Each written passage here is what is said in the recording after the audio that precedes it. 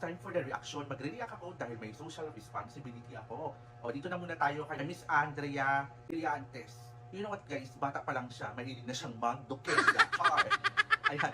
So, di ba, nagka-issue na yan kasi nakikapatid lang daw yan. So, sa pulang edad, na-open siya sa ganun. Ayan po yung sinasabi na dapat bata pa lang, especially pag babae, dapat tinitingnan ng mga magulang kung anong ginagawa ng kabataan. Saka talagang ayan yung time na kailangan ang magulang, especially babae yan, focus po kayo, maaga rin kasi siyang namulat sa show business, yan din yung pangit, diba? At the same time, siya yung kumakain sa kanya, nakakaawa din yung bata, kaya lang, na-open siya, namulat siya sa maagang makamundong kamalayan. So, ang isa sa mga pwedeng maging disorder ni Andrea Brillantes ay ang BPD, Borderline Personality Disorder. They have trouble keeping stable relationships. Moods may be inconsistent but never neutral.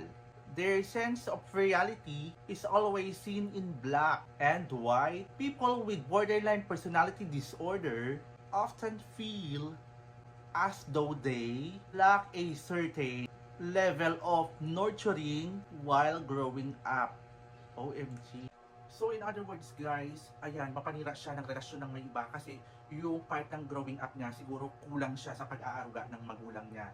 Diba? Kasi at the same time, hindi man sa ganun, maaga kasi siyang nagtrabaho, diba? So parang siguro nakaligtaan ng magulang na ituro sa kanya yung kung ano ang dapat at yung feeling ba niya, diba? Yung pagsubaybay. Saka lumaki kasi siyang puro teleserye, diba? Siguro ay na-adapt niya, isa rin yun sa na-adapt niya, kaya nagkaganon yung pag-uugali niya, diba?